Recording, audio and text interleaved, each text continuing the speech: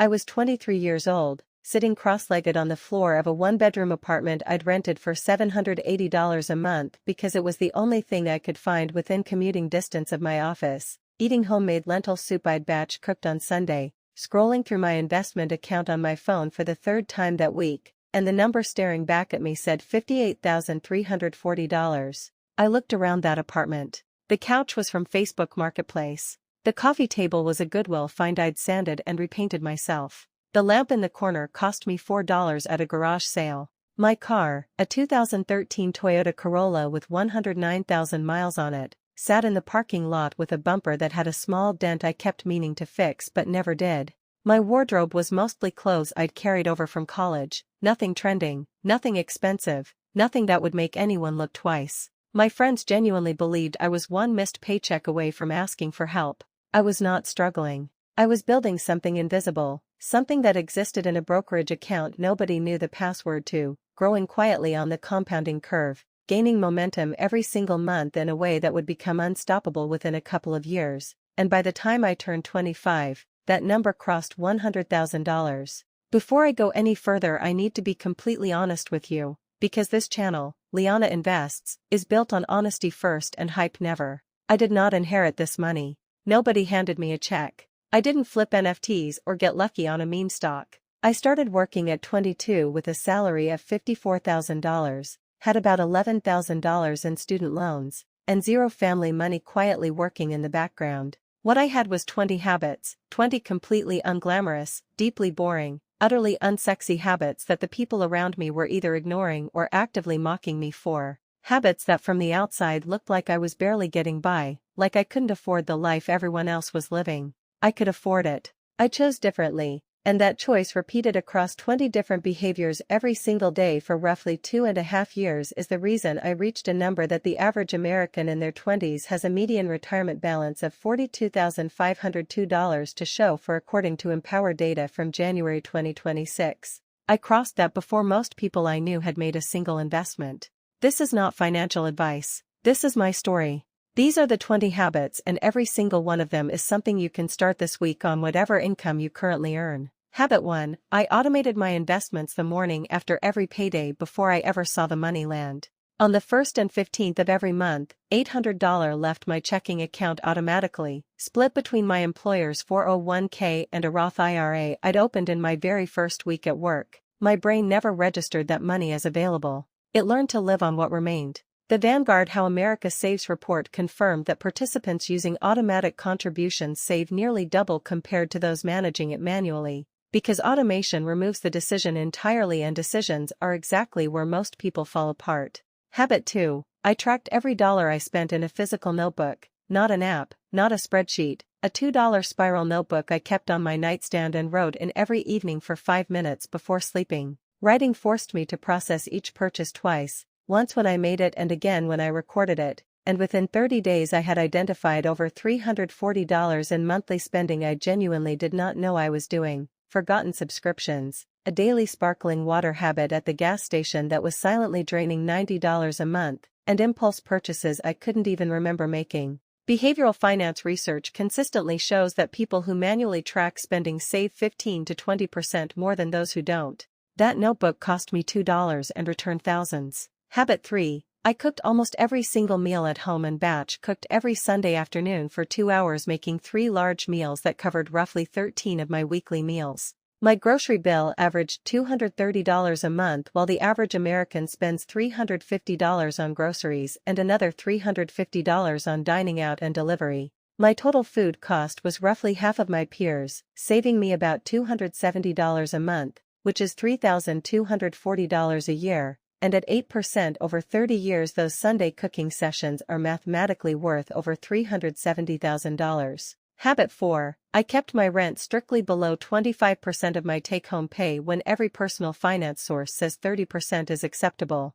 My friends were paying $1,200 to $1,500 for nicer places in trendy neighborhoods. The monthly gap between my rent and theirs was roughly $450. And $450 a month invested at 8% over 20 years is approximately $265,000. My apartment had a working stove and a door that locked. That was the requirement.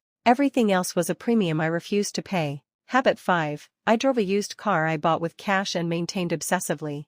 My 2013 Corolla cost me $7,900 from a private seller on Craigslist after a $75 pre-purchase inspection that saved me from 2 other vehicles with hidden problems. 0 car payment, ever. The average new car payment hit $767 a month at the end of 2025 according to Experian, meaning the average person is spending over $9,200 a year just on the payment before insurance, gas, or maintenance. My total annual car cost including everything was around $3,200. The difference invested over 30 years at 8% is worth well over $1 million. My car had a dented bumper. It also started every morning. Habit 6. I used my public library for everything: books, audiobooks through the Libby app, DVDs, magazines, free. Average readers who buy books spend $250 to $400 yearly. I spent 0 and discovered something more valuable than the money saved. When you realize you can access something without owning it, you begin questioning the entire premise of ownership across every other category of your life. Habit 7. I made coffee at home every day except Friday when I walked to a local shop as a weekly ritual that cost me $5.50 and felt genuinely special because it was earned. My annual coffee cost was about $295 compared to the $1,560 the average daily coffee buyer spends. At 8% over 20 years, that French press habit is worth around $62,000. Habit 8. I never paid for a gym membership. I ran outside, followed free YouTube workout programs, and bought a used pull-up bar for $15 and a jump rope for $8. Total fitness investment was $23.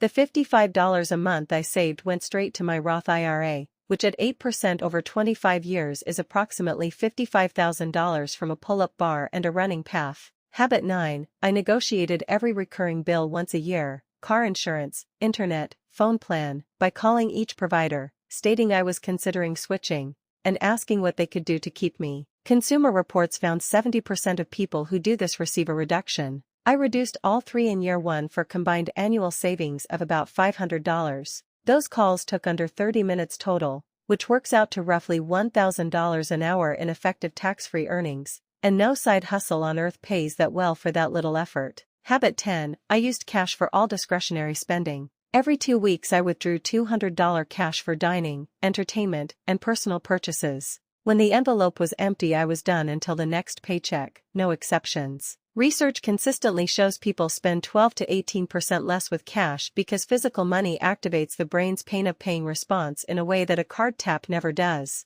The discipline was not willpower, it was architecture. Habit 11. I bought almost everything secondhand. My entire apartment was furnished for under $950 through Goodwill and Facebook Marketplace. A coworker furnished a similar space at retail stores for $6,400. That $5,450 difference went directly to my brokerage account in the month I moved in. Habit 12. I practiced a strict 24-hour rule on any purchase over $30. If I still wanted it the next day, I bought it without guilt. If I'd forgotten about it, I hadn't needed it. This eliminated roughly 65% of my impulse purchases. Americans spend an average of $282 a month on impulse buys according to Capital One data. Mine averaged $45. The rule costs nothing and removes the decision in the heat of the moment by deferring rather than denying, and the emotional urgency almost always evaporates before the 24 hours are up. Habit 13. I unsubscribed from every marketing email the moment it arrived. Every promotional email is engineered by psychologists and data scientists specifically to make you spend money you hadn't planned to spend. I treated each one as a direct threat to my financial goals and eliminated them within 3 months, reducing my exposure to purchase triggers by roughly 80%. You cannot buy what you do not see. Habit 14. I deleted every shopping app from my phone. If I needed something, I had to open a browser on my laptop and navigate there manually. That extra 45 seconds of friction eliminated roughly 40% of my online purchases immediately. Intentional friction against bad behavior is one of the most powerful tools in personal finance, and almost nobody uses it. Habit 15. I captured my employer's full 401k match from day one. My company matched 100% of the first 3% of salary and 50% of the next 2%. On my $54,000 salary, contributing 5% earned me an additional $2,700 a year in free employer contributions. According to Fidelity, 88% of 401k participants received a match in the fourth quarter of 2025. The ones who didn't contribute enough to capture it fully were quietly declining part of their compensation package. Habit 16. I opened a Roth IRA in my first month of working and contributed monthly into a total stock market index fund with an expense ratio of 0.03%. I never picked individual stocks. I never timed the market. I bought the entire market every single month regardless of what it was doing and let compound interest do the math. Dollar cost averaging into a low-cost index fund is the most boring and most reliable wealth-building tool available to an ordinary person. Habit 17. I kept my phone for 3.5 years instead of upgrading annually. My refurbished device cost $270 and did everything a $1,200 flagship would have done except make me feel temporarily impressive at dinner. Over those 3.5 years I saved between $4,000 and $7,000 compared to someone on an annual upgrade cycle. The phone industry's entire business model depends on convincing you that last year's device is inadequate. It almost never is. Habit 18. I said no to things I wanted but couldn't justify at the compounding cost. Not every opportunity, just the ones that couldn't survive a simple future value calculation. A $290 concert ticket isn't $290 at 23. At 8% over 40 years it's roughly $6,300. I'm not saying every concert is wrong. I'm saying I became deeply selective about which experiences were worth $6,000 of future wealth and genuinely attended the ones that passed that test with zero guilt because I'd done the math honestly. Habit 19. I kept my emergency fund in a high-yield savings account earning 4 to 5% APY instead of the national average of 0.39%. On a $6,000 emergency fund that difference was about $277 versus $23 per year. Same money, same liquidity, same protection, completely different return, just by putting it in a different container. Habit 20. I ran a zero-based budget every single month where every dollar had a specific job before the month started, and every windfall, every tax refund, every birthday check, every freelance dollar, went directly to investments rather than lifestyle. I eliminated the mental accounting distinction between earned money and found money because they compound identically. Here is what I want you to actually understand about these 20 habits. Not one of them required earning more money.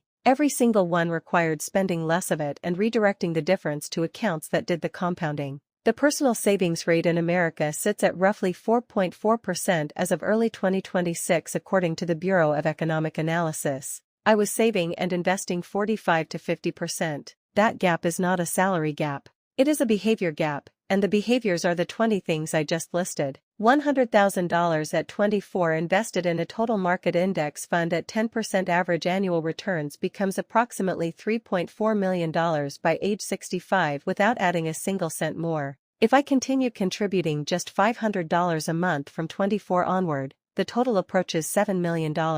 $7 million from lentil soup, a dented Corolla, a $2 notebook, and 20 habits nobody on social media would ever make content about, because they don't look like wealth, they look like restraint, and restraint doesn't perform well on camera, but it compounds extraordinarily well over time. If this video gave you even one habit worth starting this week, please give it a like because it genuinely helps this channel reach more people who need to hear this. And if you are not already subscribed to Liana Invests, subscribe right now because I upload every single day and each video is built to give you the financial clarity that most people spend decades wishing someone had handed them at 22. The habits were the beginning. The knowledge that made the habits inevitable is what this channel is here to build in you. See you tomorrow.